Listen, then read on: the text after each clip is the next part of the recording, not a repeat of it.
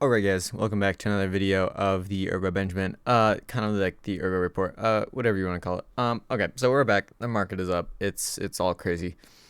Here's the big takeaway for today. The big takeaway for today is that if we're looking at 7-day gains, and we're looking at what's really pulling out the big ones, Ave has been doing extremely well. Let's just look at these top four though, right? Okay. Now we know Near Protocol is going wild. And we know Phantom's going wild. And we know that Kadena is going wild. And this is the one that I've been talking about the most, right? And as I mentioned, crypto is all theoretical, right? So, it doesn't really matter if Kadena actually works right now. What matters is what it's promising and who's actually backing it, because that's just how it is, right? So we know that it's founded by some tech leads from JP Morgan's first blockchain. I think it's one of those things where, personally looking at it, people think it's literally going to be the thing that we have to do. I think a lot of the core things go back to kind of this idea of like, yeah, if you look at it from like a tech standpoint, the programs are very advanced, very sophisticated, and they're not really consumer ready maybe yet, but it's promising a lot more at the end game, which is that it's basically instantly, there's like no scalability issues at all. We're talking millions of transactions per second on a proof of work blockchain nonetheless. It's very, very interesting to me as a whole. Not to mention all these cool partners like Cosmos, Celo, Flux, Ledger, Polkadot, Terra, Wrapped, and Zelcore. Just getting on Ledger alone is like really huge for a lot of people because of the security that Ledger offers. Not to mention they're also wrapped up with Polkadot. I mean, they both have $1 billion supply, and they're both doing some type of parachain type technology, which is really interesting to me. Just generally, right? There's DeFi, there's NFT, there's payments. It's all just real world, overview use, right? So I think that's awesome. I think that there probably needs to be more wallets, as there's really only Zelcore and all these like other things. But people don't want to use those, right? They want to get on Ledger and they want to use their Ledger and they want to do all those things with it. The roadmap is interesting, I guess, to me at least, because they're very like, how do you say it, structured, I guess. So they're showing you kind of like what's in progress, what's like what phase stuff is in. This is good to see, right? And they even have stuff marked on like when it's actually coming, right? And just good stuff like that, right? So how truthful they are to their word, it seems to be pretty accurate. We'll see how that goes. Yeah. So, yeah, multi-protocol, interoperable. That's just kind of the deal with Kadena. Taking a look back at the big 7-day coins, we're looking at the Near protocol and just looking at Near.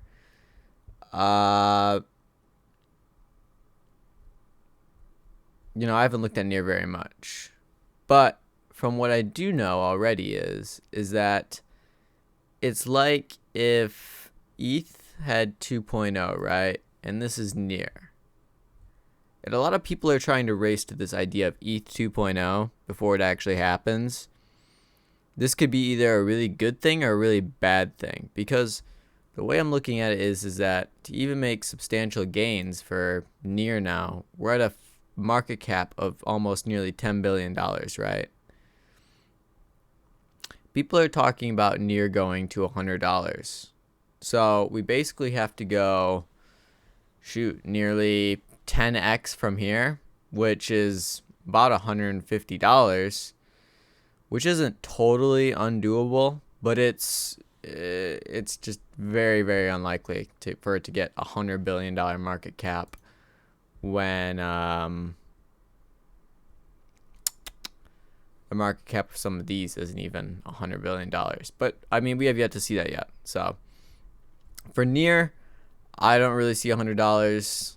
I personally think the most reasonable estimate for that, based on the market cap and just kind of looking at other coins, is probably like 20 billion, and that might even be a stretch alone itself. Let's look at that for a second here. 20 billion puts it up against Dogecoin and whatnot. Yeah, 20 billion is a fair market cap. 20 or 30 billion, right? 20, 25 billion. That's a fair market cap. I can work with that. Although you start to get to this point where if you get into like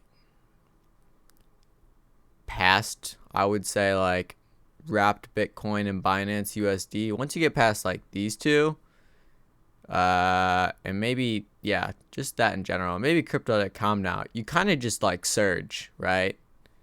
You know the technology is just great, and it just surges past everything else. Dogecoin's just holding on for dear life, right? I mean, the Tesla payment's the only thing that actually keeps it, you know, on standby. So that's good to see, though. And then, you know, Kadena's just chilling out here down at like $2 billion mark, $3 billion market cap right now, $3 billion. So we'll say $3 billion. The thing is that people in the crypto space want to make gains, right? So you can't really be shooting for, you know, AVAX, right? AVAX to $300. Okay, well, what's it got to do to get there? Well, it's got to get to like $90 billion. Well, what's it got to do to do that? Well, it's got to get basically 30 billion more than Solana. So it's all about a process. And I don't think that people understand that exactly. They're like, they see on the video, well, avalanche to $1,000. Okay, that's great, but it's going to be a very, very hard thing to do. So yeah, we'll just keep looking at that. Just kind of a brief overview of that right now. As far as the Ergo coin goes, we'll take a quick look at that because that's where our main concern lies in the crypto space. Yeah, it's really just a lot of fluctuation with Bitcoin, honestly. And this is probably because there's really not much going on the actual blockchain right now. Like I said, the Ergo Foundation, getting on, you know, layer like tier 1 blockchains will be awesome. If we could get some serious, like actual, like, I don't know that the website really says a lot. Maybe a roadmap, stuff like that would be good. I'd like that they give use cases for developers, just like a mixer, like experimental economics. But it's not really like, we'll see how good of a store value it really is, right? It's still not really tried and true tested over like many years, right? So we'll see how that goes. But like I said, it's good to diversify your portfolio. I still think Ergo has a really good chance to really make some moves in 2022. I don't know that it'll make any moves right now in 2021, but 2022 should be a decent year for Ergo, and hopefully it can get to 10 or 15 bucks, right? That's what we all want to see. But its market cap shows that it could do a lot more. If it gets to $1 billion, we're looking at basically 5x from here. So pretty much all the way up to 25 bucks. Looking at everything else on the market, it's booming out of control, right? The metaverse space is packed to the brim, and people throw money at metaverse tokens like it's nothing, right? So a lot of these were at like huge sales, and now people are just throwing money like wildfire. So these are sure to go up anyways. But now that we know that all that is said, and we know that all that is kind of taken care of, let me know what you guys think about all this, because I think this is just crazy. I think that it's hard to say, because there'll be people that say we're in a bear market, and there's people that say we're like in a bull market. And honestly, I think we're entirely based on Bitcoin as a whole, as always. So it's tough to say exactly. I don't know that I see an ETH flip happening. It's possible. I don't know that it'll happen in 2022. I think 2023 or 2024 seems like a really possible chance for an ETH flip. But we're sitting at like 2.4 million market cap for the entire market as a whole. But the dominance is starting to split as a whole right here. So we can see that. And I think it's all just very interesting, right? So without further ado, hope you guys enjoyed the video.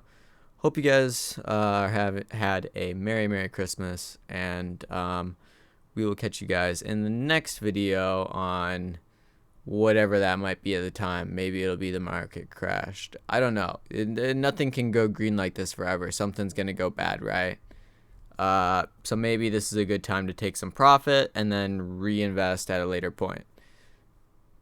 I don't usually try to time the market, but if you want to try the time in the market, then maybe this is a good time. If you're in profit, then what's there to lose, right? As long as you're profiting, you're never losing.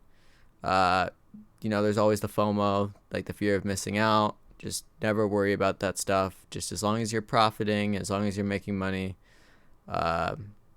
just be like smart about it, right? So, yeah.